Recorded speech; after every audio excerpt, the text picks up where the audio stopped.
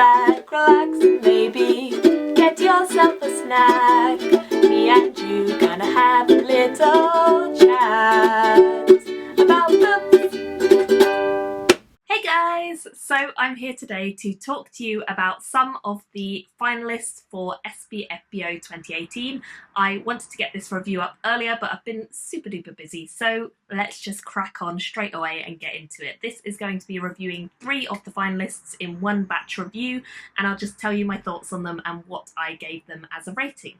Let's get started. I'm going to go from my least favourite up to my favourite, but do note that all of them are over 5 out of 10 on ranking, so I did enjoy all of them. So the first one I want to talk about is called Out of Nowhere, and we follow a man called Sean who works on an ambulance crew, and it's quite a sort of sci-fi urban mixture, I suppose.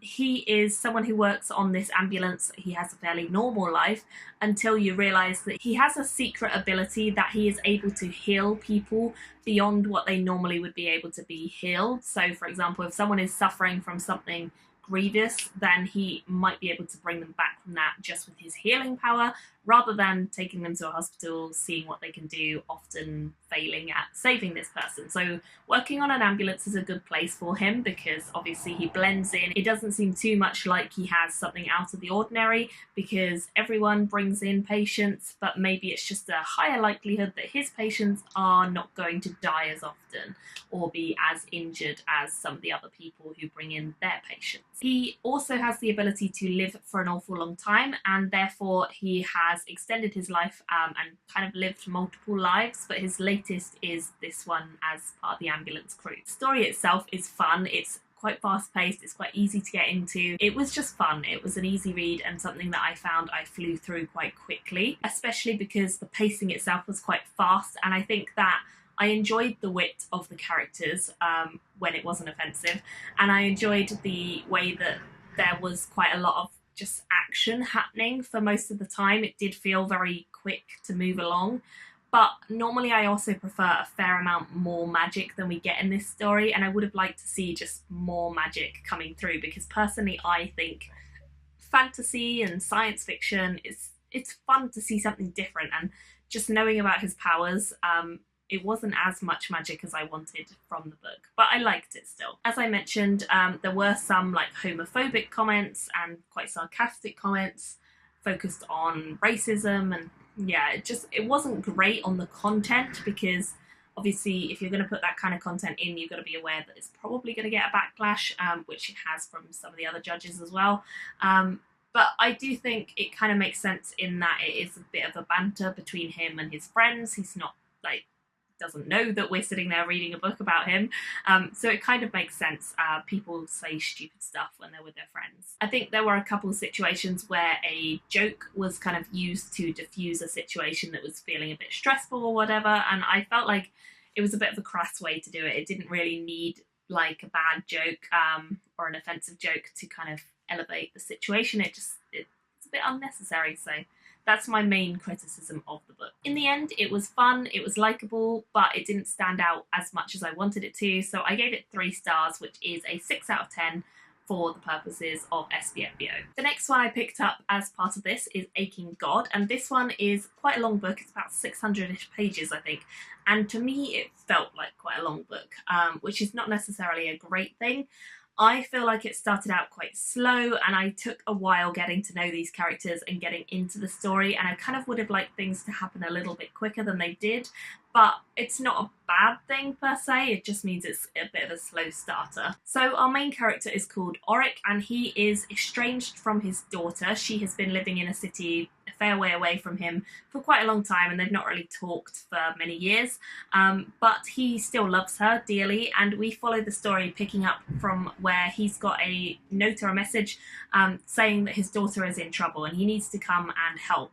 And it doesn't really say anything about what the trouble is or what he needs to do, but of course it's his daughter, and even though they haven't spoken, he still loves her and he wants to go and help, so that is exactly what he does. He takes the journey there and tries to find out what's going on, but when he gets to the city of his daughter, where his daughter is, he finds out that there is something very mysterious going on. There's an artifact which seems to be spreading some sort of illness, disease thing, and he doesn't really know what is happening, but he is one of the only people in the story who has got prior experience going to the place that this artifact is from, and so he is quickly recruited into a mission to go and return this artifact with quite a few others who are around and kind of younger than him, but people who've done extraordinary things, so they've been chosen to go on this adventure with him. We follow the story from there, really.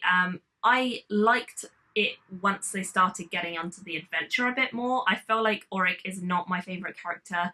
He just felt a little bit boring to me, and he also has these inner demons from his past life where he is a veteran. He's been through quite a few things before, and he has inner demons that kind of haunt him in his dreams, and just, yeah, he's a bit of a terrorized kind of guy. He definitely has horrors that he kind of relives quite a lot. The mysterious rotting kind of disease thing that is coming out of this artifact I thought was quite an interesting premise for the book, and I think that it's something I liked reading about, although I wish there had been a bit more focus on that and the ramifications and just what was really going on in the society to deal with this. I think it would have been interesting to get a little bit deeper into that, but I liked the premise, as I say. I also did like the fact that Auric, although he's estranged from his daughter, they still have that relationship where he cares about her, and there's a real fatherly sense of duty coming through in the story. And there are some good, interesting magical elements, including kind of cool creatures and the queen of this world who can live for centuries and has lived and ruled for centuries, which throws up all sorts of problems about like how long someone should be ruling for before they start going crazy with power, which is kind of a bit of a problem in this world. I actually took a long time reading this book. I felt like it was a bit of a slow one for me, and I liked it, but I just didn't feel the urge to sit down with this book over another one and pick it up and read it. I found that I was often reaching for something else a bit lighter or a bit more fun or a bit faster paced. So it wasn't bad by any means, but it wasn't the one that was gripping my attention as much as I wanted, and I feel like the story was just a bit ploddy in places.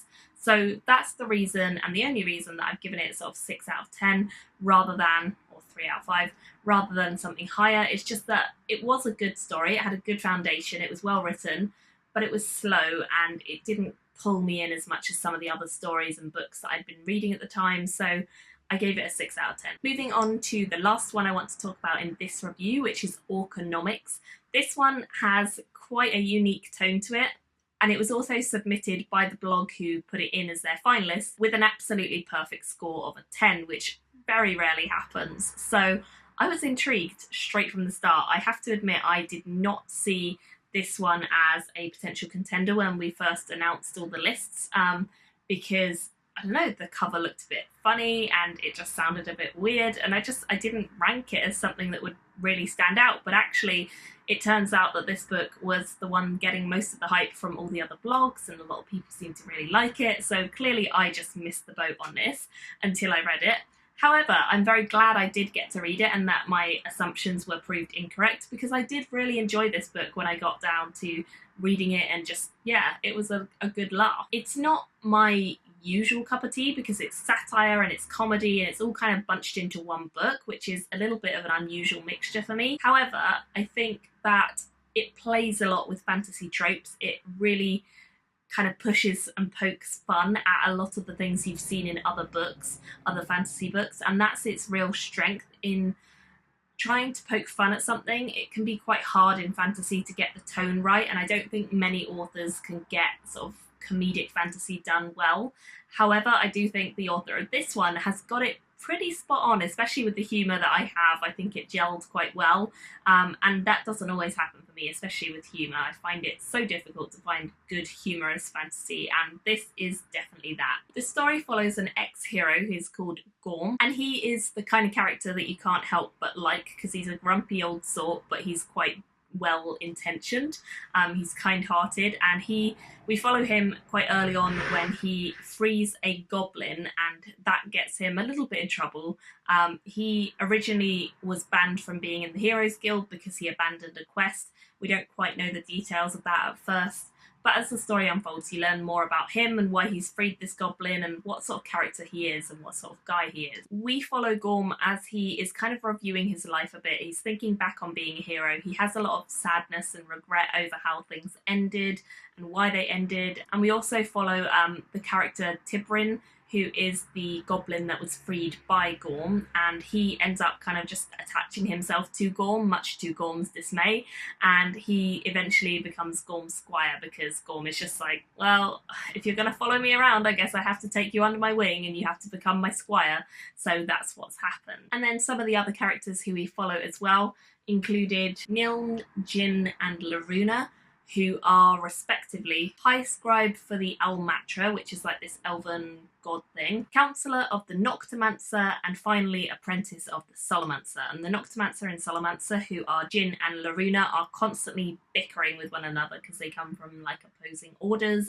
and they're just eternally bickering together. What I found really interesting about this book in particular is that it deals with real world issues and real world economy. So we focus quite a lot on the money and the business and the guilds and stock and how they all fit together and work as an economy and a society. And this is not something you see an awful lot of in fantasy. Normally they're just like, hey, we've arrived at a village. It's all looking like a normal village is, or a city or whatever it may be.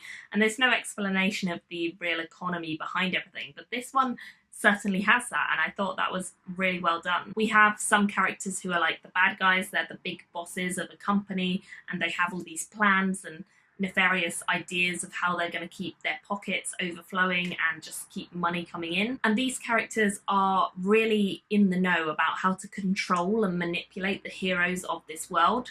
We also have NPCs, non-playable characters, which was a fun nod to like video games. There's just really interesting little tidbits throughout this book, I think. And I think that we have this overarching story going on, but we also have these NPCs who are like retired foes and they can't be killed anymore. We have this kind of corporation who are controlling the heroes.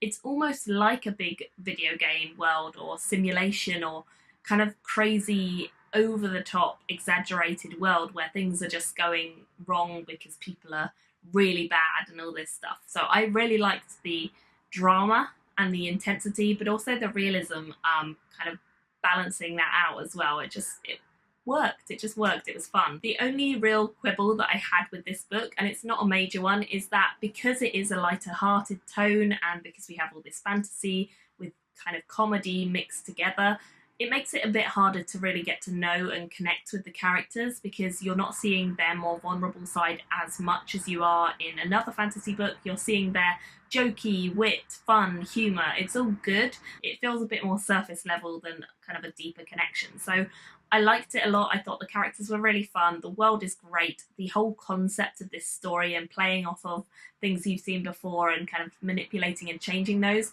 I love it. I think it was really, really good. But I did knock off a few points just because I didn't feel as connected as I wanted to. So I gave it an 8 out of 10, which is a really good score. And I definitely think that this one is going to do well with the rest of the judges too. So highly recommend that one. And that's everything I have to review in this video. I'll be doing another one as well, so look out for that very soon with the last 3 of the books to review for the finals, and then I'll be telling you a little bit about what actually won, because the end of May is when everything gets announced, so very exciting to find out what won. Thank you for watching my video today. Go pick up a book, then come back and chat with me again.